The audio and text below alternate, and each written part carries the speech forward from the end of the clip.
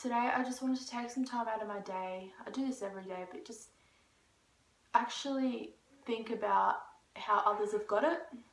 You know, I live a pretty privileged life. I'm very grateful and very lucky for what I have and what I can do with life. You know, I'm not a slave to anyone. I'm not used, you know, for my body, for what my body can do. I just wanted to take some time out of my day to just try and resonate, put myself in their position. So yeah, I think for us to ignore such a horrendous thing that's happening in the world, just to ignore it, silence it, pretend it's not happening, you know, not listening to all these people and all these animals that are suffering. And particularly why I'm concentrating on animals and the reason why animals are suffering. 99% of animal cruelty happens in the animal agriculture industry.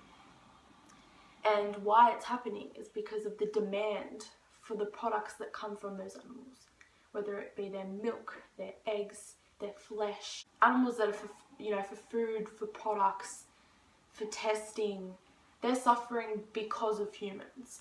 Because we've enslaved them, we're using them, we're testing on them, we're using them for entertainment purposes, we're murdering them for a 10-minute meal that ends up being toxic and deadly for us, and it's killing us. Number one killer in the world, heart disease, directly linked to diet. So,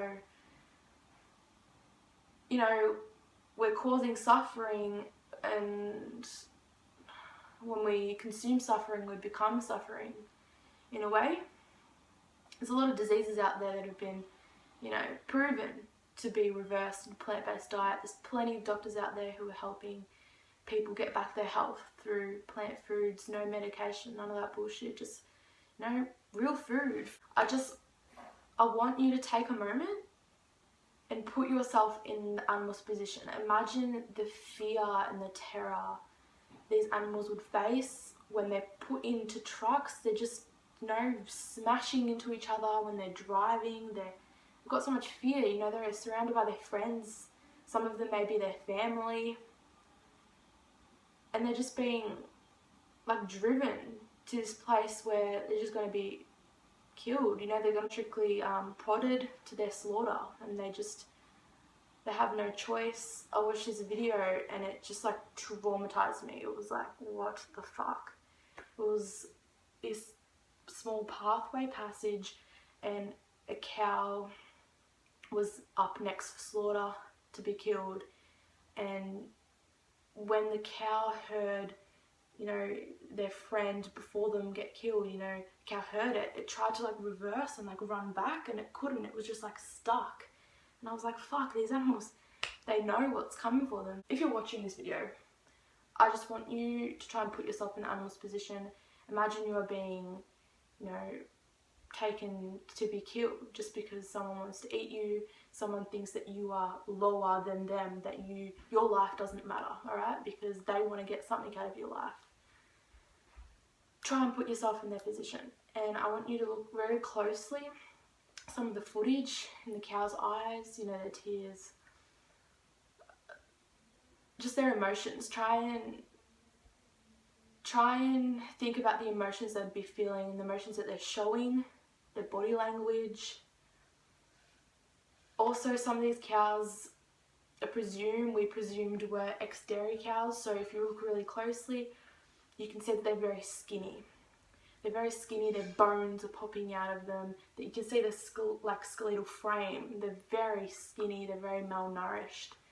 And I assume it's from, you know, their dairy cows, the ex-dairy cows. Their udders were very, like, saggy and worn out, you know.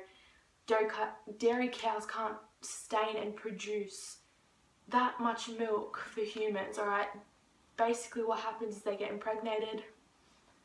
People shove their hands or a metal rod into their vagina to impregnate them. First they jack off the bull to get the semen, so it's unconsensual, basically rape, and the industry calls it a rape rack. So that's what they call it. They put cows on a rape rack. Basically this happens about 4 times, so she's pregnant about 4 times, 4 babies taken away from her, and then basically she becomes very worn out and very weak and can't produce good quality milk anymore. and then she's sent off to slaughter. So that's what we presume that those cows were from, because they were so skinny. It made me feel so sick.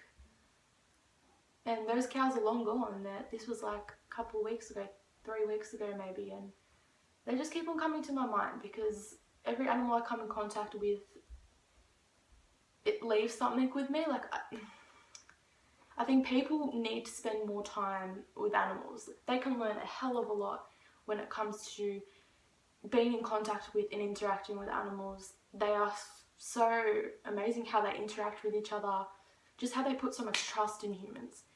They expect us to be their caretakers, you know, to give them love, to give them compassion, not to, you know, betray them and take away the trust that they have in us. It's just some real fucked up shit. Thanks for listening to me ramble. If you've gotten this far through the video, I just want to share my thoughts, my emotions. And yeah, like I said, those cows are long gone. Just for someone's 10-minute meal was more important than a life. And that's when shit becomes fucked up to me, when we have so much food, we have so many options. There's over 20,000 edible plant foods that we could be eating that could make us thrive. We could be so much healthier on them. If your morals are compassion, non-violence, if you love animals or against animal cruelty at heart, bro, you're a vegan. It may seem daunting at first, or it might seem uncool, or oh, fucking vegans, fucking deficient in this, fucking losers. But when you actually just like think about shit in life for a second, why is this happening? Look at why. Are people doing it because they want money? Something that I do in life is I question why. You know, why does this happen? Why does it have to happen? I don't just see something that's happening in the world that's bad and, you know, just don't try and think about it and try and sweep it out of my life. Like, I question why. What can I do to try and reduce that suffering? What can I do to try and make the world a better place? What can I do to not contribute to suffering, unnecessary suffering? And man, if you're against animal cruelty, like I said before, like, is it animal cruelty to all animals or just your dogs and cats and horses? Like, you got to be more specific with what, you know, species you adore and which species you hate. Kind of seems like, you know, the saying that animals are here for us. It's very similar to what white people used to say about black people. They're here for us, they're slaves for us. Or what men used to identify women as being there for them, you know. It's just that very sexist, racist, speciesist mentality.